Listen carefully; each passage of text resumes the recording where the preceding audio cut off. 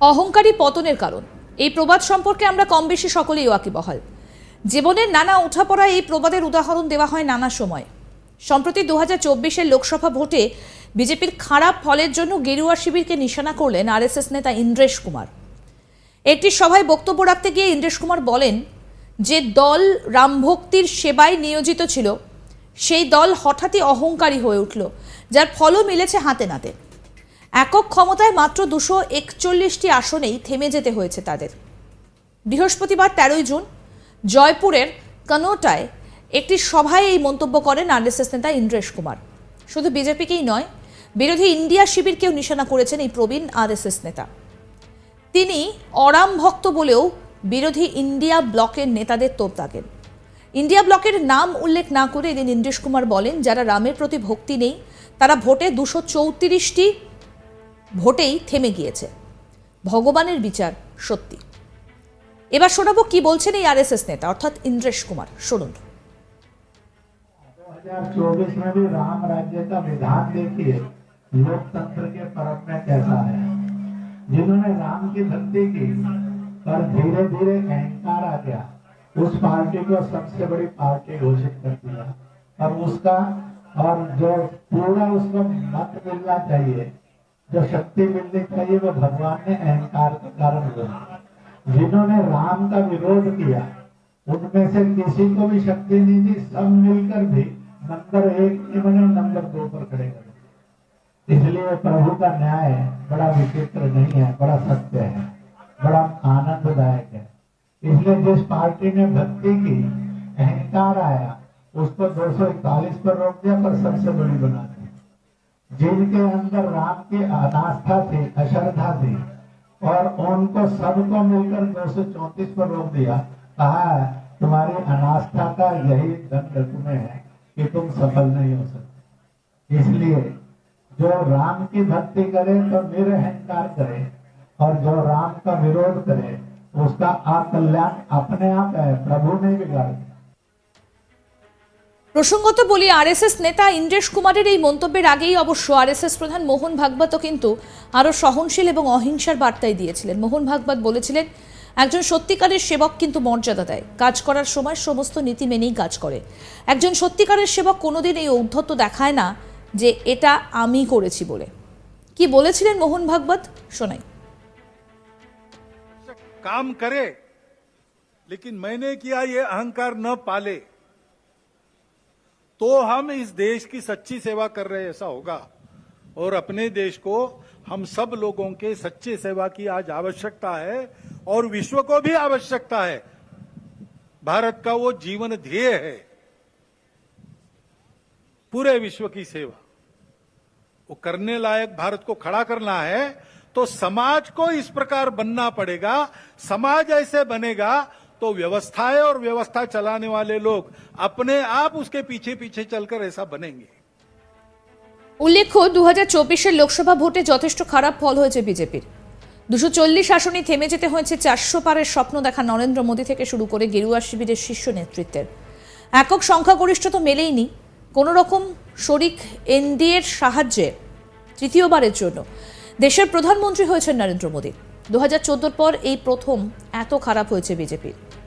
2024-এর লোকসভা ভোটে বিজেপির ভোটের প্রচারে বড় ইস্যু করেছিল অযোধ্যায় রাম মন্দির উদ্বোধন, জম্মু ও কাশ্মীরে 370 ধারা বিলোপ, 3 তালাক রোধ সহ বেশ কয়েকটি বিষয়কে হাতিয়ার করে। মূল কথা, প্রধানমন্ত্রী নরেন্দ্র মোদীর গত 10 বছরে যে কাজগুলো দেশের মানুষের হিতার্থে করেছেন সেগুলিকেই ভোটের প্রচারে তুলে ধরেছিল গেরুয়া শিবির। কিন্তু এত কিছুর পরও শেষ রক্ষা হয়নি। খোদ অযোধ্যাতেই খারাপ ফল হয়েছে বিজেপির, যেটা কার্যত গেরুয়া শিবিরের কাছে অকল্পনীয়। আরও একটা ইন্টারেস্টিং তথ্য আছে, সেটা জানাই। আপনারা জানেন, অযোধ্যা বিধানসভা কেন্দ্রটা উত্তরপ্রদেশের ফৈজাবাদ লোকসভা কেন্দ্রের অন্তর্গত। এই অযোধ্যার রামপুর এলাকার একটা বুথে নাকি বিজেপি একটা ভোটও পায়নি। শুনতে অবাক লাগলেও এটাই কিন্তু বাস্তব। ঠিক কি হয়েছে বলুন তো? অযোধ্যায় রামপুরের এই বুথে 2322 জন ভোটার ভোট দিয়েছেন, কিন্তু একটা ভোটও বিজেপিকে দেননি। আর এই ভোটাররা সকলেই কিন্তু সংখ্যালঘু। আর এই এলাকায় প্রধানমন্ত্রী আবাস যোজনার আওতায় মোট 532টি বাড়ি তৈরি করে দিয়েছিল। কিন্তু এত কিছু সত্ত্বেও দেখুন, সংখ্যালঘু ভোট ব্যাংককে নিজেদের দিকে ফিরিয়ে আনতে আরও একবার ব্যর্থ গেরুয়া শিবির। যেটা স্বাভাবিকভাবেই বিজেপির কাছে একটা বড় ধাক্কা তো বটেই। রাজনৈতিক মহলে জল্পনা, মোদীর অতিরিক্ত হিন্দুত্বের ধ্বজা তুলে ভোটের আগে তড়িঘড়ি রাম মন্দির উদ্বোধনকে হয়তো ভালো চোখে দেখেননি অযোধ্যার সংখ্যালঘুরা। যদিও বিজেপিকে কোনোদিনই সেভাবে সংখ্যালঘুরা ভোটে আশীর্বাদ করেন না। এমনকি বিজেপি সংখ্যালঘু বিরোধী এই তকমাও লেগে গিয়েছিল গেরুয়া শিবিরের গায়ে অনেক আগেই।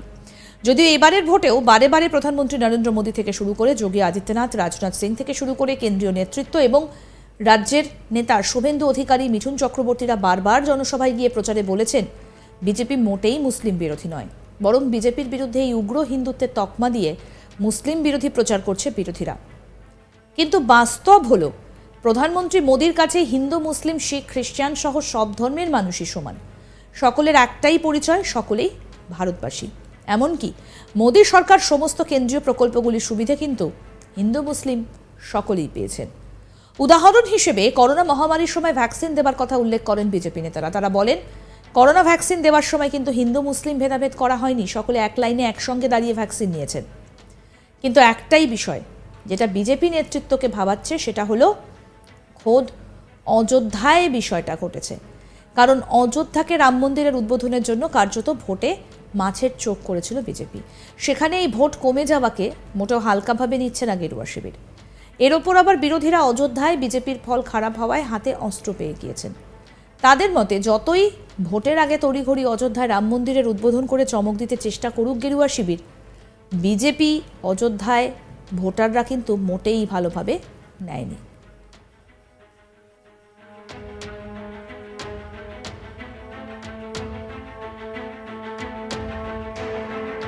এবার আপনাদের শোনাই কি বলছেন আরএসএস নেতা ইন্দ্রেশ কুমার।